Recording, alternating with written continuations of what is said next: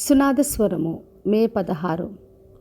దేవుడు ఆయనకు తోడై ఉండెను గనక ఆయన మేలు చేయుచు అపవాది చేత పీడింపబడిన వారందరినీ స్వస్థపరచుచు సంచరించుచుండెను. అపోస్తల కార్యములు 10వ అధ్యాయము 38వ వచనం.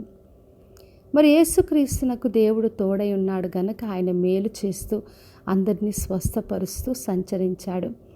మరి దేవుడు మనకు తోడుగా ఉన్నప్పుడు మనం ఇతరులకు మేలు చేస్తామని ప్రభువు వాగ్దానం చేస్తున్నాడు. మరి యేసుక్రీస్తును దేవుడు పరిశుద్ధాత్మతో శక్తితో అభిషేకించాడు.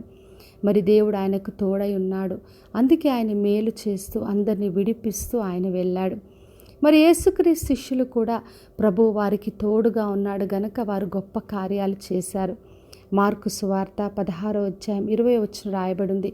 ప్రభువు వారికి సహకారుడై ఉండెను గనక వెనువెంట జరుగుతున్న సూచక్రియల ద్వారా వాక్యం స్థిరపరచబడిందని. మరి వారిని ఒంటరిగా విడిచిపెట్టలేదు దేవుడు, కానీ ప్రభువు వారికి తోడుగా ఉండి గొప్ప కార్యాలు చేస్తూ దేవునికి మహిమకరంగా వారు కొనసాగారు. మరి యెహోషువ గ్రంథం 1వ అధ్యాయం 5వ వచనం రాయబడింది. నేను మోషేకు తోడై ఉన్నట్టు నీకు తోడుగా ఉంటానని దేవుడు యెహోషువకు వాగ్దానం చేశాడు. మరి దేవుడు తోడుగా ఉన్నాడు గనక ఆయన ప్రజలందరినీ వాగ్దాన దేశంలోకి నడిపించగలిగాడు. ఎటువంటి ఆటంకములు వచ్చినా అవన్నీ జయించుకుంటూ ముందుకు కొనసాగాడు.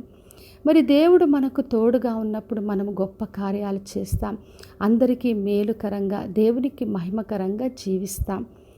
1 సమూయేలు గ్రంథం 3వ అధ్యాయం 19వ వచనం రాయబడింది. యెహోవా అతనికి తోడై ఉండెను, అతని మాటలో ఏదియూ తప్పిపోలేదు అని. మరి సమూయేలు ఒక ప్రవక్తగా ఉన్నప్పుడు దేవుడు అతనికి తోడై ఉన్నాడు గనక ఆయన చెప్పిన మాటలో ఏది కూడా తప్పిపోలేదని రాయబడింది.